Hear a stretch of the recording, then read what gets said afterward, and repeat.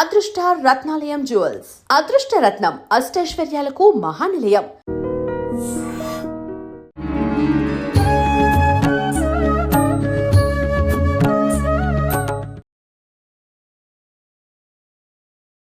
నమస్కారం, welcome to I dream. ధర్మ మార్గం విత్ విజిత కార్యక్రమానికి స్వాగతం. ప్రస్తుతం మనతో పాటు ఉన్నారు మనందరికీ ఎంతగానో సుపరిచితులు.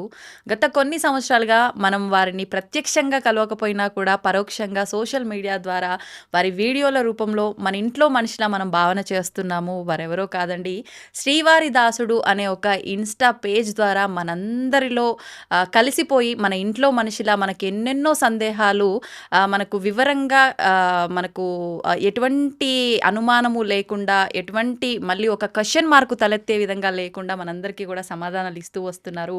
వారే రామ్ కిషోర్ ఆచార్యులు. వారితో మాట్లాడి మరికొన్ని విషయాలు ఈరోజు తెలుసుకునే ప్రయత్నం చేద్దాం. నమస్కారం అండి. నమస్కారం అమ్మా. మనకి ఈ మాఘమాసంలో రథసప్తమి రాబోతోంది. రథసప్తమి అనగానే గుర్తొచ్చేది సూర్య భగవానుడి ఆరాధన. మనకు ప్రత్యక్షంగా కనిపించే దైవాలు ఎవరైనా ఉన్నారంటే సూర్యచంద్రులు. మరి ప్రత్యక్షంగా కనిపించని దైవాలకే మనం ఎంతో కృతజ్ఞత తెలుపుకుంటాము, ఎంతో భక్తి భావనతో ఆరాధిస్తాము. మరి కనిపించే దైవానికి ఇంకెంత చేయాలండి? చాలా చేయాలి. అండ్ విశేషంగా సూర్య భగవానుడు అనగానే ఆరోగ్య ప్రదాత. ఎంతో మంది ఇప్పుడు చూస్తున్నాము, ఆహారం వల్ల కావచ్చు, పరిస్థితుల వల్ల కావచ్చు, అనారోగ్యాల బారిన పడుతూ ఉన్నారు. అందరికీ ఉపయోగపడే విధంగా ఆ రోజున ఆచరించే విధానాలు ఏమైనా ఉంటే వివరించండి. రథసప్తమి విశిష్టతను కూడా తెలియజేయండి. తప్పకుండా అమ్మా. రథసప్తమి అంటే సూర్యుడు జయంతి అని కూడా అంటారు. అంటే సూర్యనారాయణ స్వామి వారి జన్మదినంగా, అంటే సామాన్యంగా అర్థం అవడం కోసం చెప్తున్నాను. సూర్యనారాయణ స్వామి వారి యొక్క జన్మదినం ఇది. 7 గుర్రాలు కలిగినటువంటి సూర్యనారాయణ స్వామి వారి యొక్క రథం ఉత్తర దిక్కుకి మళ్ళిస్తాడు ఆ రోజు. ఉత్తరాయణ పుణ్యకాలం మనకు సంక్రాంతి నుంచి స్టార్ట్ అవుతుంది. ఇది ఉత్తర దిక్కుకి ఆ రోజు మళ్ళించడం జరుగుతుంది. ఈరోజు మాఘ శుద్ధ సప్తమి రోజు, అదే రథసప్తమి. ఆ రోజు చాలా విశేషమైన, ప్రత్యేకంగా ఆ రోజు పడే భూమండలం మీద పడేటటువంటి సూర్యకిరణాలకి చాలా విశిష్టత ఉంది. ఆ రోజు సూర్య నమస్కారాలు చేసిన, ఆ రోజు సూర్యుడికి సంబంధించిన ఎటువంటి ఆరాధన చేసినా ఫస్ట్ ఆయన మనకిచ్చేది అఖండమైనటువంటి మంచి ఆరోగ్యం, తద్వారా ఐశ్వర్యం, ఇవన్నీ మనకి చేకూరుతాయి సూర్య ఆరాధన వల్ల.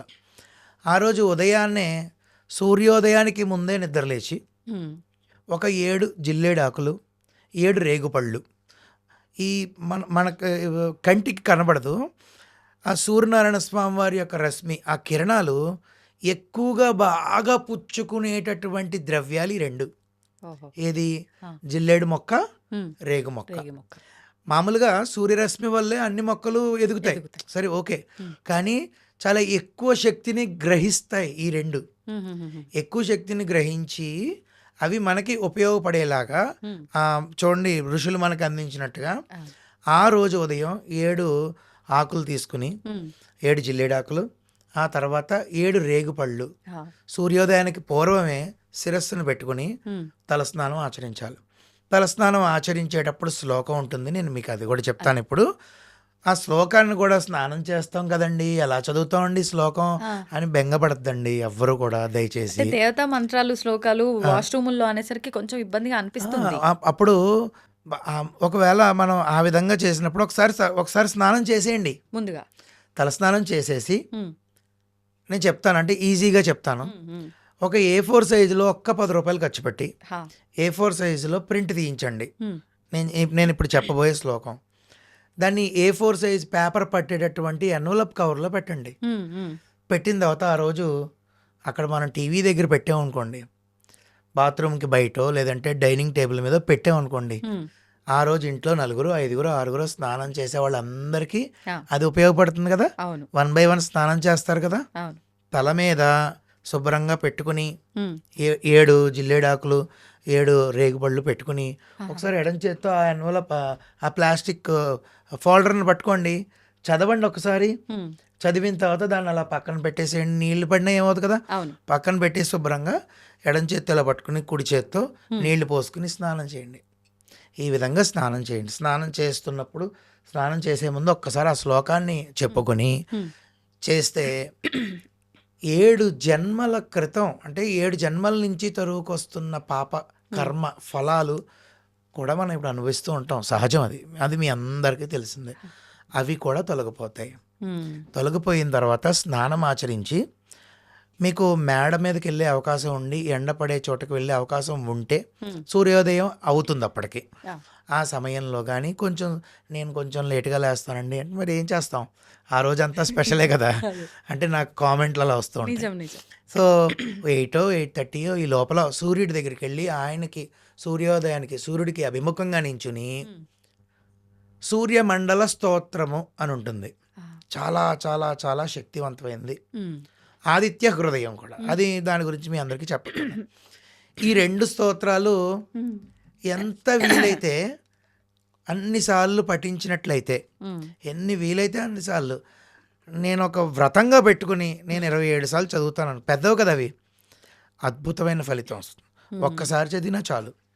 ఈ సూర్యమండల స్తోత్రము, ఆదిత్య హృదయము, ఈ 2 కూడా స్వామివారి ఎదురుగుండా కూర్చుని ఒక ఆసనం వేసుకుని కింద కూర్చోలేనంటే మళ్ళీ దాని గురించి డౌట్లు ఏమక్కల్లా, ఒక కుర్చీలో కూర్చుని ఆయన్ని చూస్తూ ఒకసారి ఆయనకి నమస్కారం చేసుకుని ఇవి చదువుకుని మంచినీళ్ళు తెచ్చుకుని స్వామివారికి సూర్యగ్రహానికి అంటే సూర్యనారాయణ స్వామివారికి అలా ఒక పళ్ళెంలోనో ఒక మొక్కలోనో పువ్వులు కొండి తులసి మొక్క దగ్గర ఇలాగ నీళ్లు చూపించి అలా అర్ఘ్యాన్ని విడిచిపెట్టండి. ఆడవారు కూడా ఎవరైనా విడిచిపెట్టచ్చు, తప్పకుండా చేయొచ్చు. అర్ఘ్యం విడిచిపెట్ట చదివి నేరుగా ఇంట్లో ఉన్న దేవుడి దగ్గరకో ఫోటోల దగ్గరకో కాదు, మెత్తగా ఆవు నెయ్యి వేసి బియ్యము ఆవు పాలతో శుభ్రంగా పరమాణం చేసి ఉడికిపోయినప్పుడు కాదు, ఉడుకుతున్నప్పుడు బెల్లం వేయకూడదు. స్టవ్ ఆన్లో ఉండగా ఎప్పుడు బెల్లం వేయకూడదు, విరిగిపోతుంది. ఆ స్టవ్ ఆపేయాలి.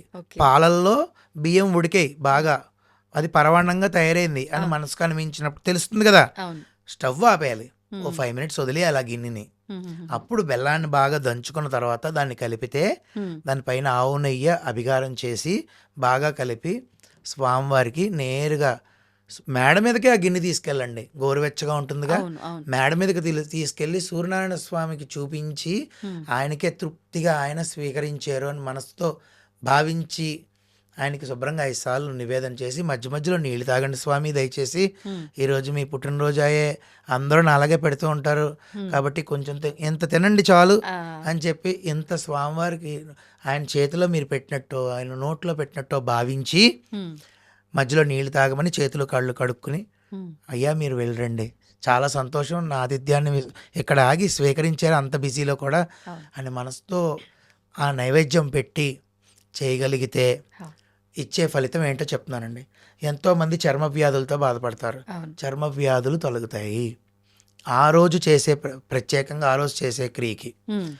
అనారోగ్యాలు తొలగిపోతాయి, ఐశ్వర్యం లభిస్తుంది. ఎప్పుడైతే ఈ 2 వెళ్ళిపోతాయో ఆటోమేటిక్గా మనకి ఐశ్వర్యం అనేది వస్తుంది.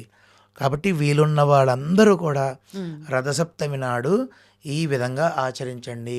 ఎన్నిసార్లు చేయగలిగే శక్తి ఇస్తే స్వామి అన్నిసార్లు ఆ రోజు సెలవే. ఆదివారం స్వామికి ఇష్టమైన భానువారం సప్తమి 108 సార్లు చేయగలరా? సంతోషంగా కూర్చుని చేయండి. ఆ కష్టపడిన శక్తి ఉంటుంది కదా, మనం 108 సార్లు నేను ఆదిత్య హృదయం చేశాను అంటే ఇప్పుడున్న పరిస్థితులకి మాటలు కాదు. మరి దాని ఫలితం ఆయన కట్టబెడతాడు, ఆయన ఫలితం తీసుకొచ్చి మీకు ఇచ్చి తీరుతాడు. అంటే ఒక్కసారి చేసినా చాలు. నేనే అంటున్నా, సమయం ఉంది స్వామివారి కోసం నేను సమయాన్ని వెచ్చించాలి అని నేను అనుకున్నాను. చేసుకోవడమే, తృప్తిగా చేసుకోవడమే. చేసుకుని స్వామివారికి శుభ్రంగా అర్ఘ్యం విడిచిపెట్టండి. సర్వం శ్రీకృష్ణ అర్పణమస్తు, సూర్యనారాయణ దేవత అర్పణమస్తు విడిచిపెట్టేసేయండి అంతే. ఆ రోజు నియమాలు నిబంధనలు అంటే మామూలుగా దీక్షల్లో ఉండేలాగా ఉల్లిపాయ వెల్లుల్లిపాయ లేకుండా ఒక పూట భోజనం చేయడం, రాత్రి టిఫిన్ చేయడం, బ్రహ్మచర్యం పాటించడం, ఇటు మామూలే. ఇవి చేసి ఈ విధంగా రథసప్తమి, దాంతోపాటు కుదిరితే సూర్యనారాయణ స్వామి వారి క్షేత్రాల దగ్గరలో ఉంటే వెళ్ళడమే. అందరూ క్షేత్రంకి వెళ్ళిపోయి చాలా ఇక్కట్లు పడి పాపం ఇబ్బందులు పడుతూ ఉంటారు. చాలా తక్కువ క్షేత్రాలు మీరు అన్నట్టు. పైగా అందరూ వెళ్ళడం వల్ల చాలా అక్కడ ఇబ్బందే. నేరుగా ఇందాక మీరు ఫస్ట్ ఒక మాట అన్నారు, నా దృష్టిలో కూడా అంతే. మాతృదేవోభవ, పితృదేవోభవ, ఆచార్య దేవోభవ, తర్వాత అతిథి దేవోభవ. వీళ్ళు నలుగురు దేవతలు మనకి. అవును. తర్వాత సూర్యచంద్రులు నేరుగా కనబడుతూ ఉంటారు. ఉంటారు. ఆయన ప్రతిదానికి సాక్షి ఆయనే. అవును, ఉదయం అంతా ఆయన అయితే సాయంత్రం ఈయన అనుకోవచ్చు, చంద్రుడు అనుకోవచ్చు. అంతే. కాబట్టి నేరుగా మేడ మీద కూర్చుని, లేదా మేడ లేదండి అంటే బాల్కనీలో కూర్చుని సంతోషంగా ఈ విధానంగా రథసప్తమి చేసుకుంటే చాలండి. జన్మానికి ఓ రథసప్తమి. చాలా చాలా అద్భుతంగా స్వామివారు మనల్ని చూసుకుంటారు. ఆ విషయంలో మాత్రం చూడక్కర్లేదు. ఒక్కసారి నేను ఆ రథసప్తమికి సంబంధించిన స్నానం చేసేటప్పుడు శ్లోకం ఏదైతే ఉందో ఆ శ్లోకాన్ని ఒక్కసారి విన్నపం చేస్తాను, అందరికీ కూడా ఉపయోగపడుతుంది. హరి ఓం శ్రీ గురుభ్యో నమః. నమస్తే రుద్రరూపాయ రసానాం పతయే నమః. అరుణాయ నమస్తేస్తు హరివాస నమోస్తుతే.